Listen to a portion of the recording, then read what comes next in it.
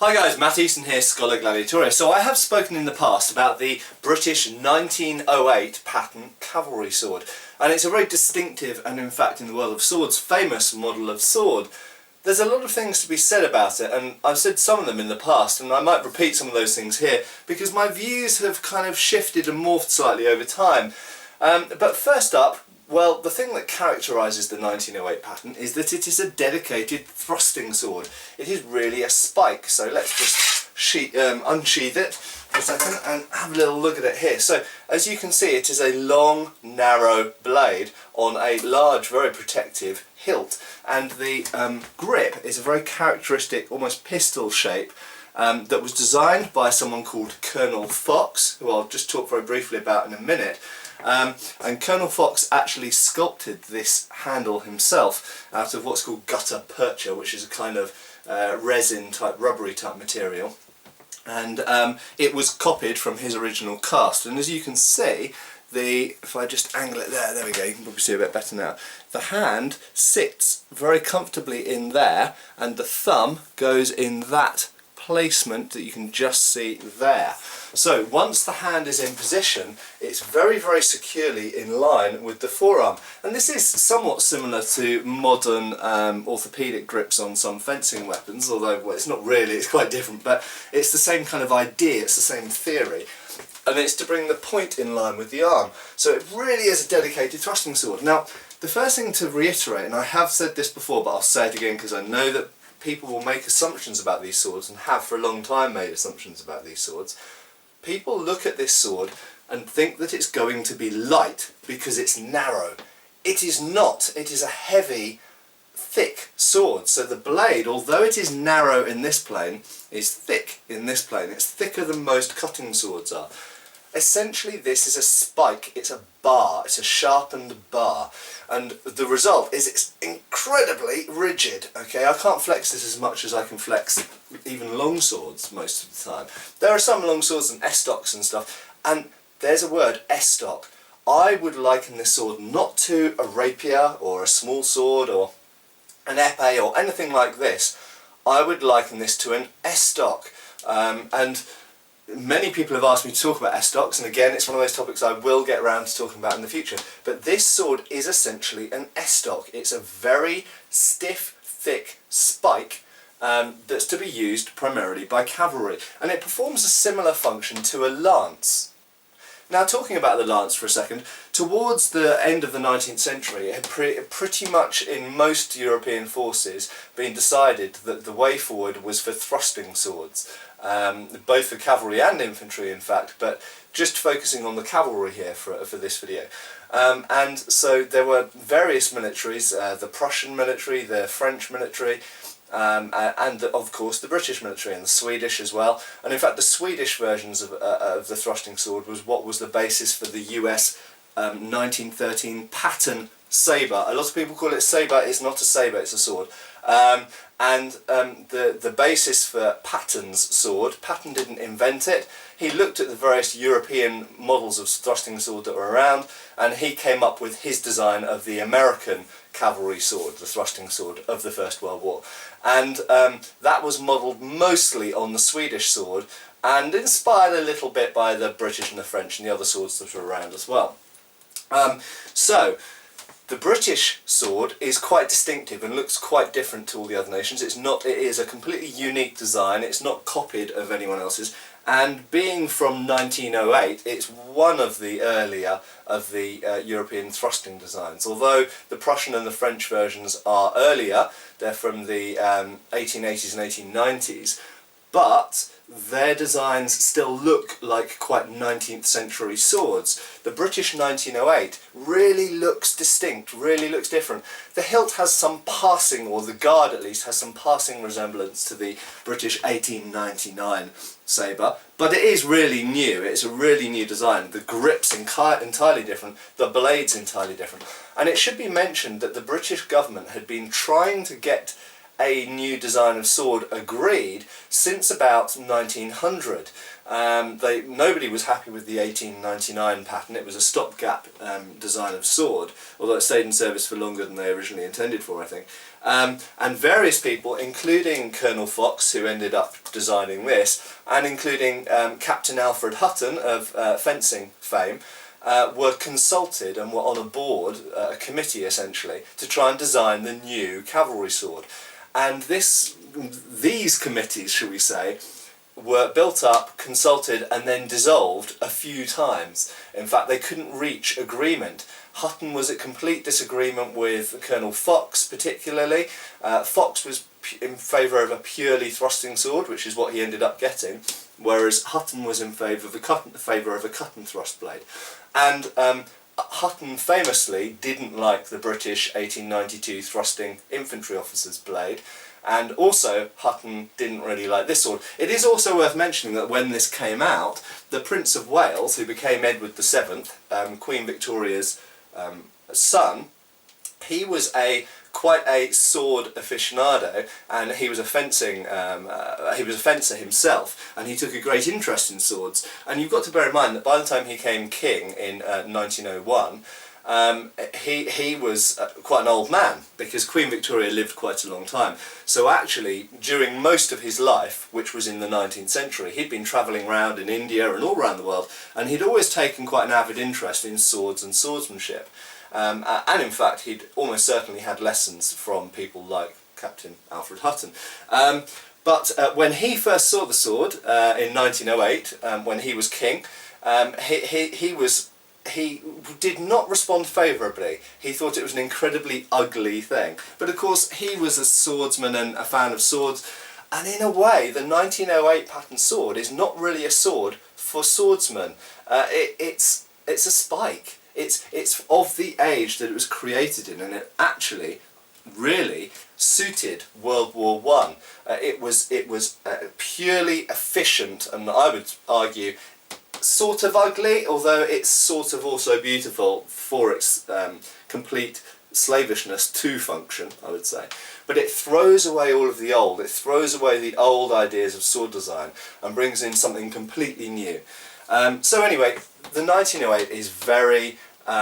it inspires complete excitement in some people and complete loathing and hatred in other people. My experience is that most people who are really into swords think that this is incredibly ugly and a horrible sword. They don't like the fact that it's only a thrusting sword, and they think it's got an ugly hilt. Whereas people who are more interested in 20th century warfare think it's a fantastic sword. Maybe people who are more interested in firearms think it's a fantastic sword. So you get all sorts of passionate opinions about it. Now, one thing I want to say is this is the officer's version in 1912. So from 1908 until 1912, officers kind of carried a mixture of swords. That some of them carried this, the trooper's weapon, and some of them carried the old 1896, which is essentially it's an update of the 1821 heavy cavalry officer's sword. So they were carrying a mixture of swords, and they didn't really have their own pattern between 1908 and 1912. And then in 1912, this model came out, and what it is really is a more fancy version of the 1908. So the main differences are, well, first of all, the blades are almost identical. The only difference is the officer's version above has, which you probably won't be able to see in this light, has etched decoration on it. So it has a slightly decorated blade, but it doesn't change the function or the shape of the blade or the weight of the blade or anything like that. The officer's versions tend to be a little bit lighter, but not very much. The hilts are fundamentally the same shape. The only real difference is you'll notice the trooper's version in my left hand has a rolled edge on it to make it stronger, whereas the officer's version doesn't. That means the officer's version is lighter, but it means that the trooper's version is stronger. Obviously troopers' swords are going to get kept in regimental armouries. They were issued, and they're going to get given to a different trooper every time, possibly, and they're going to get thrown around and dropped off their horses and maybe not treated so well. So they need to be a little bit more heavy and a little bit more robust. The officer's version is a private purchase, so officers bought practically all of their own equipment themselves out of their own pocket or their mums and dads' pockets. And very often, in fact, swords were bought for them as a sort of graduating gift when they graduated from officer training. The next thing is the guard, as well as not having a rolled edge, I hope you can see in this light, has a decorated surface. And you'll see it has a sort of scrolling series of circles going up the centre. That is modelled on the earlier 1896 and 1821 heavy cavalry officer's hilt. So it keeps a decoration inspired by the earlier swords. I'll just put the trooper's sword down. So next up, as well as having a decorated hilt, it also has a shagreen or shark skin handle. You'll see there, and with silver wire around. So rather than the kind of plasticky or vulcanite material that was used for the trooper's weapon, the officer's weapon retains the 19th century sort of aesthetic of shark skin with wire wrap around. And then finally it has a decorated pommel with a rather attractive kind of scrolling around it and a checkered pommel end. Checkered pommel ends are something that we see on officers' cavalry swords from about the middle of the 19th century, kind of late 1850s onwards. And it just, there's no particular reason for it as far as we can tell. It just became tradition that cavalry swords had checkered pommels in Britain. But it still has the thumb placement and it still maintains the same basic shape of grip as the Troopers version, but it's a little bit more subtle, and once again it's a little bit lighter. Now, how my views have changed. Well, I've been thinking about this, and I, like most swords people, was always dead against the kind of 1908 and 1912 design. But the more I handle them, the more fine they feel in my hand actually, and for giving point, if you're only going to thrust, so if we think of this as an estoc, we think about this as a rigid thrusting potential and just thrusting through whatever you hit, I actually think it's a really good design. And I don't think I ever argued that it was a bad design. I think I only argued that I didn't really like it, and I didn't really like the fact that they completely sacrificed the ability to cut by making the blade so thick and narrow. That just means that the geometry is not right to perform a cut. Now, on that, that's not to say that you can't make the edges sharp. Now, most troopers' weapons I've seen that have been sharpened, and they were sharpened when expecting to go to war, so in World War I pretty much all weapons were sharpened, have, and again unfortunately you probably won't be able to see in this light, have a very definite, or maybe you can just about see it, a very definite secondary bevel. There. So this is service sharpened. So we have the shape of the cross section of the blade and then a secondary bevel added. And understandably that doesn't usually create a very good cutting edge. It depends on the angle of the secondary bevel, and that's a complicated topic that I've covered in other videos, and I'm sure I'll talk a lot more about in the future. But most 1908 pattern swords that have been sharpened are not even remotely sharp. You couldn't cut anything with them. I would only liken them to quite a thick chisel. So if you hit someone really hard on the head with it, then it will hurt them and it might split the skin and it might cause lots of bleeding. In much the same as hitting them with a square bar would. But it's not in any way an edge. Now, this 1912 is the first version of this sword that I've ever had, and this is now sold and going to a new owner and sold through my website, Eastern Antique Arms, link below. And this is the first one I've ever had in my hands that was sharpened really, really well and really convincingly. And the way they've done it is they've given it an appleseed edge. So they've actually reground the entire profile of the edge, hopefully you might be able to just see, so that it goes directly to the edge with no secondary bevel at all. And this is actually a pretty good edge, and I reckon you could just about slash someone on soft parts with this. It's a decent slashing edge. You're not gonna cleave bits off people, but nevertheless it appears to me to make the sword, first of all it makes it lighter in the point and it makes it feel nicer, but it makes it seem more like a weapon to me somehow, because of course I'm used to cut and thrust swords. I'm not used to estocs that are just a point. So there we go. I think that, in fact, if you want to see the nicest or the nicest handling examples of the 1908 pattern, look to the Officer's 1912 patterns, which are better made. They're generally made by the top quality sword makers of the day. They're made lighter, and they're made a little bit lighter. They're made to just slightly finer quality and finer standards. And they are slightly nicer swords, as you would expect of a private purchase item, as opposed to an issued, regimentally owned item. And you know, my views of these swords, and I will at some point link to some tent pegging videos and use of these swords today in skillet arms.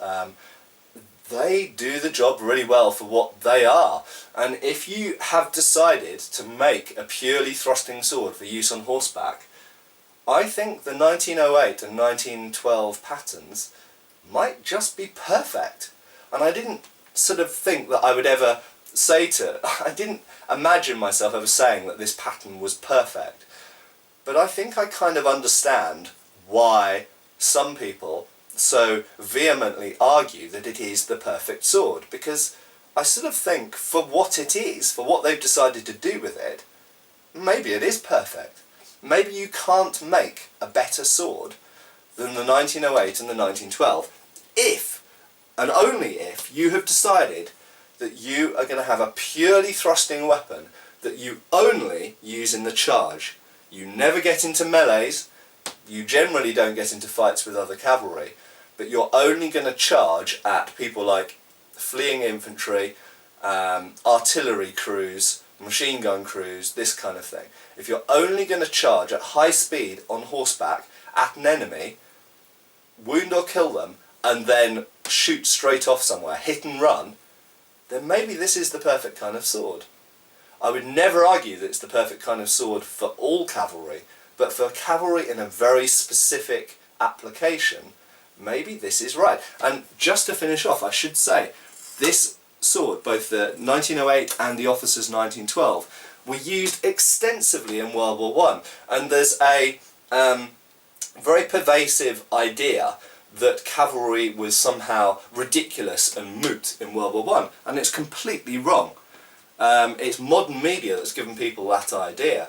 In actual fact, at the beginning of the First World War and at the end of the First World War, there were a lot of cavalry actions that were very important, and there were successful cavalry charges against all sorts of positions, particularly including artillery and gun emplacements. And of course attacking baggage trains. And remember that cavalry was very important in the Middle East and North Africa in the First World War.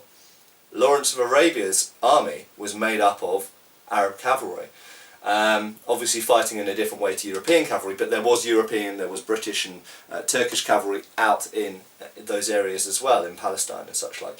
So the sword actually did see a fair amount of use in World War I, and good use and effective use. So there we go, guys. Cheers.